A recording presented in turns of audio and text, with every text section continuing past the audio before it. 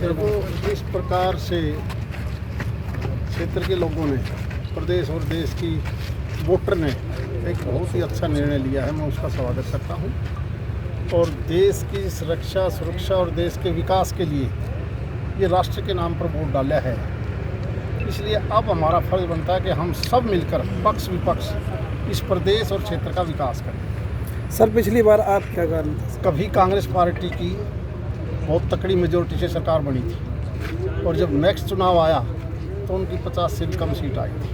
कभी भारतीय जनता पार्टी की केवल 2 लोकसभा की सीट थी, फिर 300 पार कर दी। ये जनता है, ये अपना फैसला लेती है।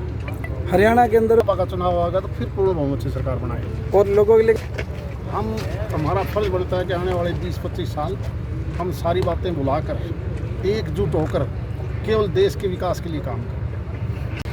देखो, इस प्रकार से क्षेत्र के लोगों ने, प्रदेश और देश की वोटर ने एक बहुत ही अच्छा निर्णय लिया है। मैं उसका स्वागत करता हूँ और देश की सुरक्षा और देश के विकास के लिए ये राष्ट्र के नाम पर वोट डाला है।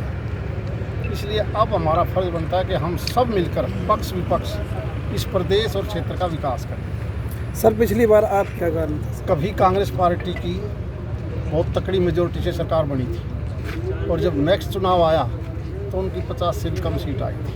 कभी भारतीय जनता पार्टी की केवल 2 लोकसभा की सीट थी, फिर 300 पार कर दी। ये जनता है, ये अपना फैसला लेती है।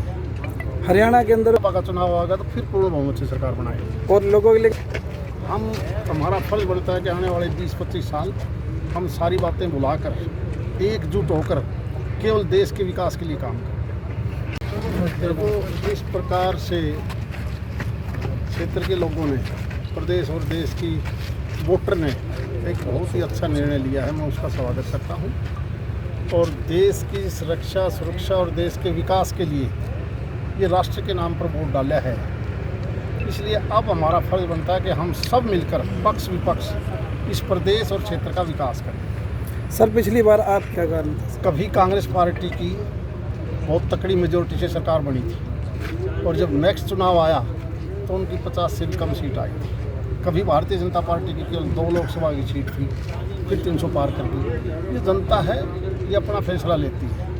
हरियाणा के अंदर का चुनाव आएगा तो फिर पूर्ण बहुमत से सरकार बनाएगी और लोगों के लिए हमारा फर्ज बनता है कि आने वाले 20-25 साल हम सारी बातें भुलाकर एकजुट होकर केवल देश के विकास के लिए काम करें।